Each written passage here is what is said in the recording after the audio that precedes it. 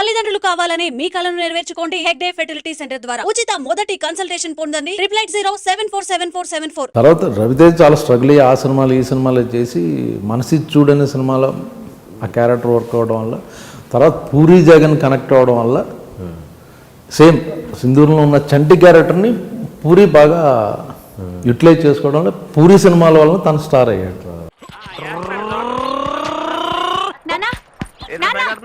చూడు నన్ను ఏడిపిస్తున్నాడు. ఎవరో చంటిగాడా ఏంట్రాళ్ళు? ఏ లేదు మావా, కాలేజ్కి వెళ్ళేప్పుడు ఏ పూర్వం ఒకడైనా ఏడిపిస్తాడేమో అని రోజు కాపలా కాస్తున్నా. అది మిస్అండర్స్టాండింగ్. ఇది కొట్రా జోకరు. బతికింది, నేను చచ్చాను. థ్యాంక్స్ వాళ్ళు. అమ్మా చంటోడు చాలా మంచోడమ్మా, నువ్వే మిస్అండర్స్టాండింగ్. అమ్మా ఇదిగో బేబీ 2 కాఫీ పట్రా. చెప్పు తెగుద్ది.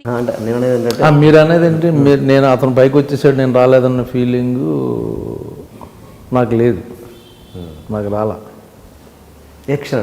సింధూరం వల్ల ఆ సినిమాతో తను జప్పని పైకి వెళ్ళిపోయి నేను అదే ఉండిపోతే నేను నాకు బాధగా ఉంటుంది, అదేంటి ఈడి పైకి వెళ్ళిపోయి నేను అలా ఉండిపోయానని. బట్ మళ్ళీ సింధూరంలో 2-3 ఇయర్స్ స్ట్రగుల్ ఇద్దరిది. తర్వాత పూరి మన జగన్తో కనెక్ట్ అవ్వడం, తను వేరే లెవెల్లో స్టార్ అయ్యాడు.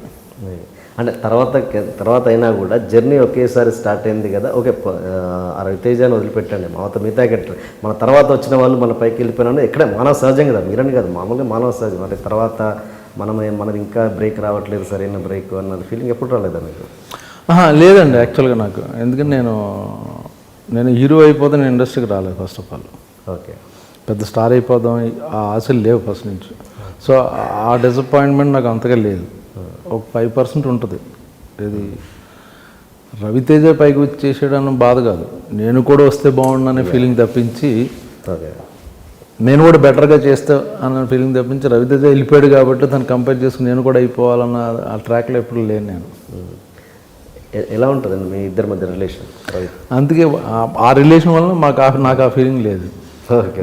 స్ట్రగ్లింగ్ డేస్ నుంచి మేము ఇద్దరం కలిసి ఉండేవాళ్ళం. సింధూరు ఈవెన్ యాక్చువల్ నిన్నే పిల్లాడతాకి రవి యాక్టర్గా ఇంకా ట్రై చేయడం మానేసి నేను పనికిరాను అని అందరూ చాలామంది చెప్పారు. అతను పనికిరాడు, ఎందుకు నువ్వు వేరే లైన్లో ట్రై చేయాలంటే తను అసిస్టెంట్ డైరెక్టర్కి అయ్యి నిన్నే పిల్లాడితే అసిస్టెంట్ డైరెక్టర్. ఆ టైంలో తను కొంచెం ఇమిటేషన్ బాగా చేసేవాడు యాక్చువల్గా.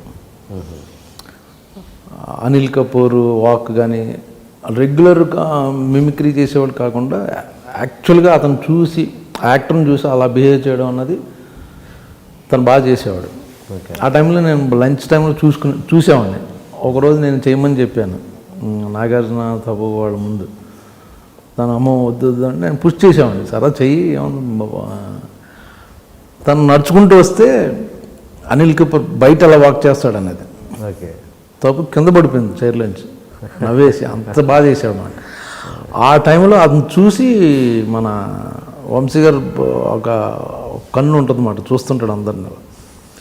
ఈయన యాక్టర్ చేయొచ్చన్న ఫీలింగ్ వచ్చి, సో కామెడీ ఫన్ గురించి ఒక క్యారెక్టర్ రాశాడు అన్నమాట. అది కానీ నిజంగా మరి అంటే ఆ టైంలో కృష్ణవంశీ గారు చేసింది నిజంగా గట్సీ.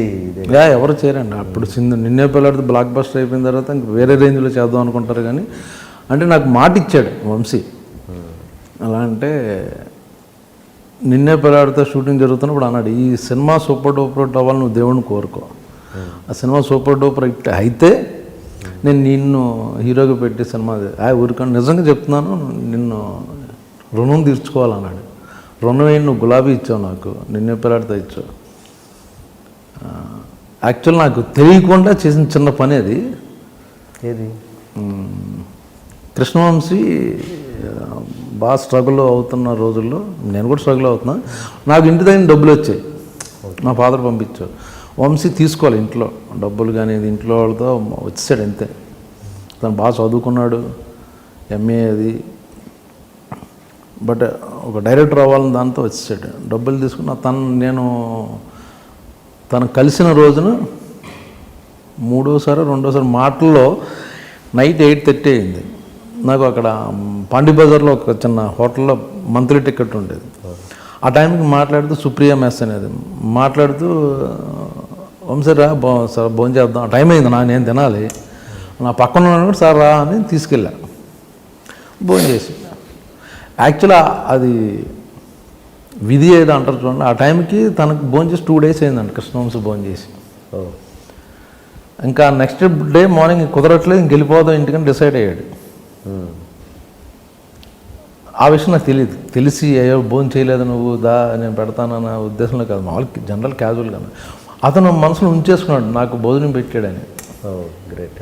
సో దాని గురించి నాతో అంత పెద్ద సినిమా తీసాడు అది. గ్రేట్.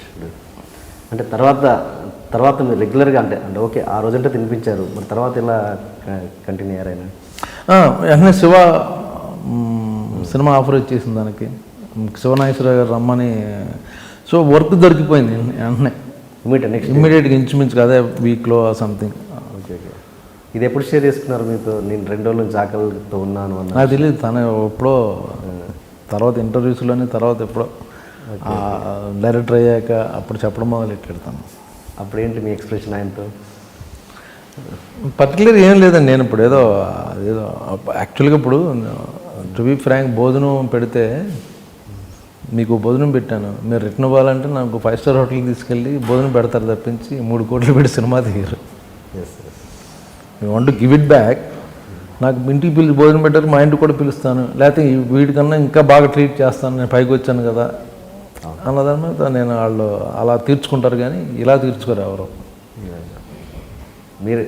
మీరు కృష్ణవంశీ గారికి రుణం తీర్చుకునే పరిస్థితిలో ఉన్నారా? లేదండి, మీరే ఇప్పుడు కృష్ణవంశీ గారికి రుణం తీర్చుకునే పరిస్థితిలో ఉన్నారా? అది రుణం నేను తీర్చుకోలేను అది. ఎందుకంటే ఒక సినిమా ఇచ్చాడు ఇప్పుడు, ఓకే తన డైరెక్టర్ అయితే మంచి క్యారెక్టర్ ఇస్తాను, గులాబీ ఇచ్చాడు, నాకు ఇప్పటికీ గులాబీ మంచి పేరు.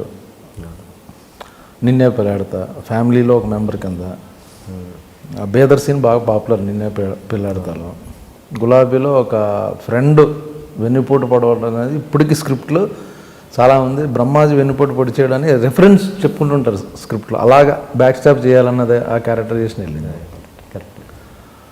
తర్వాత సింధూరం అండి, సరే సింధూరం ఫ్లాప్ అయిందని వదిలేలా, చంద్రలేఖ అనే సినిమాలో కామెడీగా ఇంట్రొడ్యూస్ చేద్దాం అని కామెడీగా చేయించాడు నాతో. సపోజ్ ఒక దేవుడు మీకు మంచి అవకాశం ఇచ్చి ఆ రుణం తీర్చుకునే అవకాశం దేవుడు ఇస్తే కృష్ణవంశీ గారి పట్ల మీరు ఏం చేస్తారు? దేవుడు ఇచ్చినా కూడా నేను రుణం తీర్చుకోవాలని అంత చేశాడు నాకు. So I don't want give it back to him. ఏదైనా సపోజ్ కొన్ని కోట్లు పెట్టి మంచి సినిమా మీరు ప్రొడ్యూసర్గా తను చేయగలడు కదండి, తను చేసుకునే పరిస్థితిలోనే ఉన్నాడు. Okay okay. అండ్ ఇప్పుడు తర్వాత మీ లాస్ట్ సినిమా ఏంటండి కృష్ణవంశీ గారితో? ఖడ్గం అండి. మరేంటి తర్వాత ఎందుకు దేంట్లో అంటే తను ఇప్పుడు ఏదో నాకు ప్రతి సినిమాలో బ్రహ్మాజీ ఇచ్చేయాలని ఏమో చూడ, క్యారెక్టర్ సూటబుల్ అయితే ఇస్తాడు యాక్చువల్గా.